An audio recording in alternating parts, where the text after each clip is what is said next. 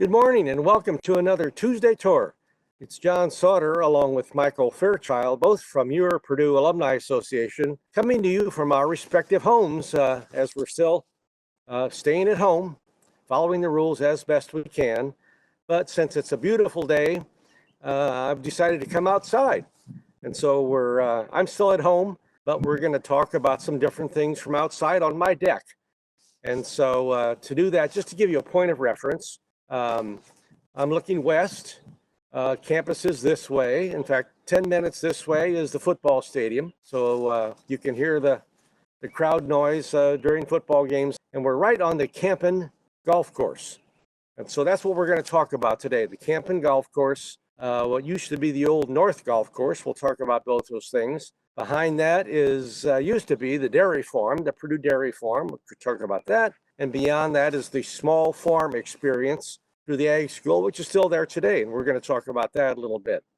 So this has been a fun one to put together. But let me start just by saying that we moved here in 1986. Very fortunate to be on the North Golf Course at the time, with a 100-acre backyard, beautiful setting. Sunsets are gorgeous here. We're just so fortunate to be in this location. Have stayed here ever since 1986. Our kids have moved out, but we like the location, so we've stayed here. And so let's talk about first the Purdue North Golf Course. When we moved here, it was the North Golf Course, which you golfers will know is kind of very flat. In golf vernacular, it was really kind of a goat ranch. It was just kind of wild and woolly out there on the golf course, kind of rough. Had a little caretaker's house right in the middle of it. Actually, the starter house right down here, a picture of the starter house. It's kind of a futuristic looking kind of thing. That's where you kind of paid your fees to start going. It's where the number 18 hole for the Kampen Golf Course is these days. In this particular location, at this starter house, that's where you paid your greens fees. And if you were lucky and you were there at the right time, you could see Bob King, Coach Bob King, and Bob DeMoss, and golf coach Joe Campbell smoking his cigar, probably playing a game of cards. It was just really had a nice, cozy feeling to it, But these modern times, things had to change, and so they did. But the golf course was long and flat. The south course, kind of shorter and hillier with a lot of trees. And that's the way it had been going on for many, many years. Then things really started to happen.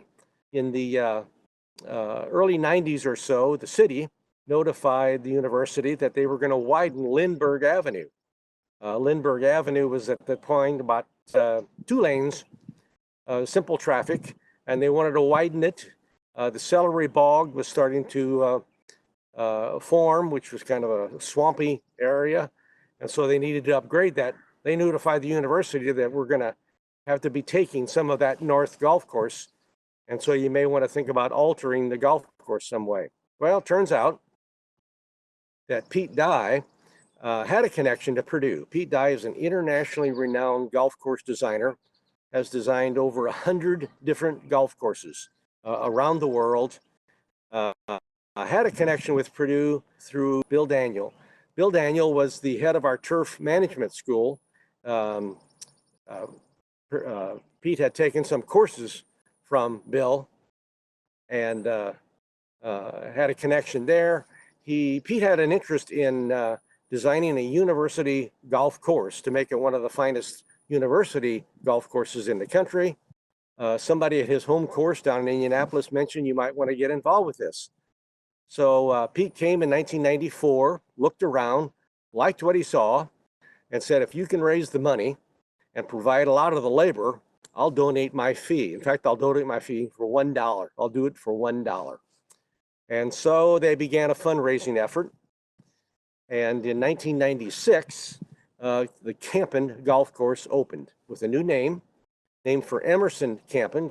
Emerson Kampen was the head of Great Lakes Chemical, was one of our trustees, and made the lead gift in that construction redo. And so Pete Dye, along with Jim Scott and about 3 dozen students, got out there and looked around and had bulldozers going and just really worked the entire golf course. The unique thing is that it's challenging. Pete has the concept of 5 different tee boxes. So you can pick the level of the length that you want in each of the holes. And in theory it's supposed to accommodate all golfers. I can tell you it's pretty challenging, but the good news is that it's really attracted some high-level golf tournaments. And that is, we've had the NCAA championships here. We've hosted men's and women's Big Ten tournaments here. We've had state championship tournaments held on this golf course. And so it really has attracted high levels of play. Lots of other golf outings, of course. It's a links course, Pete Dye specials. You know, Pete Dye is known for some of his challenging holes. In fact, you golfers might know that the 17th hole at TPC Sawgrass down in Florida, which has that island green to it, that's one of Pete Dye's probably most renowned holes in the world of golf. He did that one, highly regarded by many of the golfers on the tour circuit. So Pete came in here. We were very fortunate to have him redesign the golf course.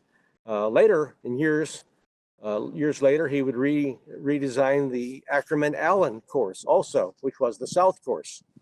And so now the South course became Ackerman-Allen, the North course became the Kampen Course, and we have been able to enjoy that. Very, very fortunate again to be here and enjoying those changes.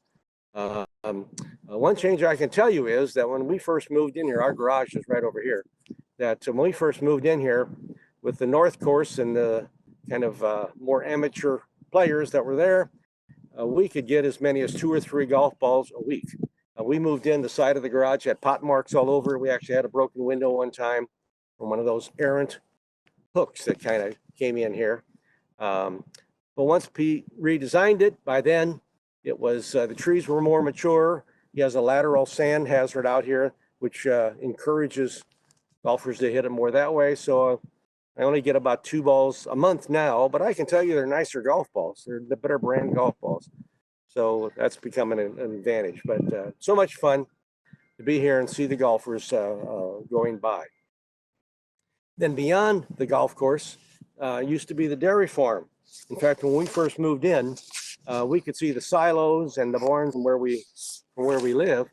And so here's a picture of that old dairy farm that used to be there. In fact, the lane coming up is about right here.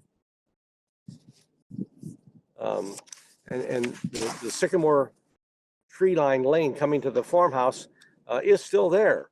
And we have a video of that that kind of shows you driving up. So you get the sense you're coming to a farm, and you were at the time. That dairy farm was the Purdue Dairy Farm. It moved there in 1949. Originally, it was located on the west end of State Street, out there where Purdue Village is and the shopping center. That was the dairy farm at the time. In 1949, it moved here, and it was here until 1987. It was a major supplier at the creamery on campus, which many of you fondly remember. It closed in 1969, unfortunately.